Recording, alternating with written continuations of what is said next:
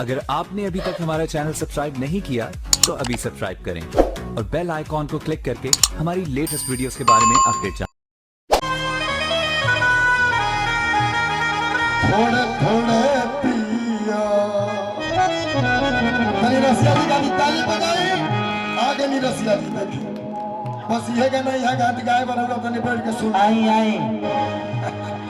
राउर स्वागत बा दो बेर साथ में चलता बुझाता सब भीज लागल अरुरा आपन मार के वो कैसे कहे रसिया जी माइक दो देखो आज बुझाता नागिन डांस हो। लेकिन दीपक भैया एगो राधे श्याम भैया खातिर लाइन कहे के बा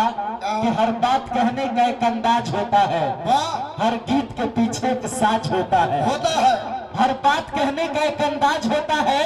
हर गीत के पीछे एक साज होता है। और जब तक ठोकर ना लगे किसी को बेवफाई का तब तक हर किसी को अपने मोहब्बत पे नाज होता है। लेकिन भैया हो आइए बजा के का राजा थोड़े थोड़े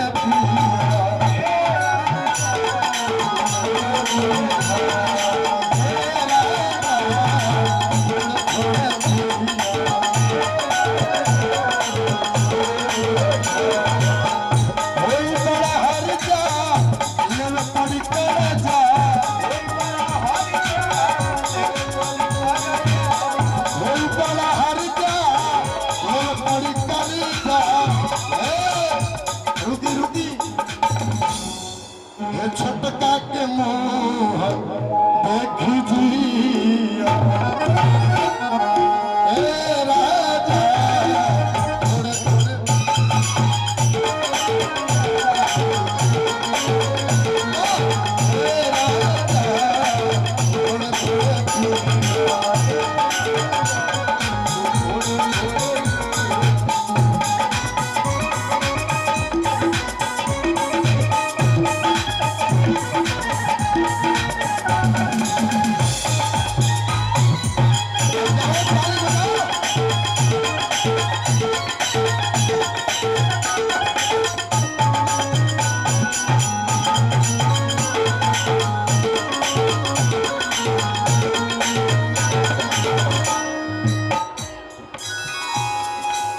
अमित भैया के हैप्पी बर्थडे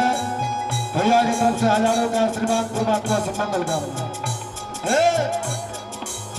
सारा धन बेच दिहल रसिया जी, सारा धन बेच दिहल दारू के पिलाकी में बचल हमर गहना उहो गड़ल कहना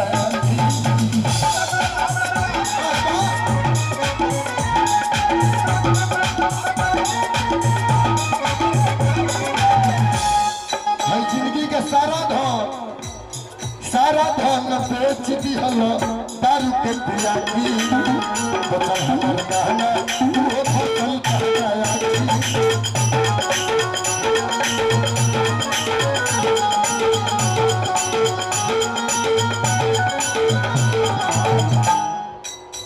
डाली न डाली डाली पे नजर डाली डाली पे नजर डाली डाली न डाली डाली पे नजर डाली और जिसने भी डाली वह बुरी नजर डाली। और मैंने जिस डाली पे नजर डाली इस डाली को किसी माली ने काट डाली। सारा धन बेच दिहल दारू के पिलाकी में बचल हमर गहना उहो गड़ल कहना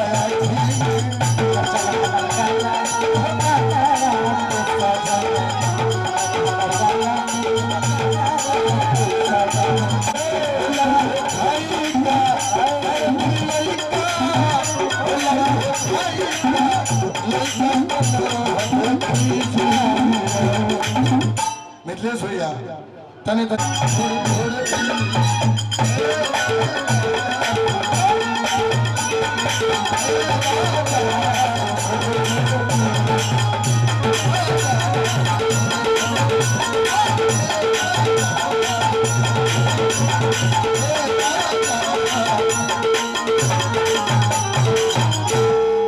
अच्छा तो कल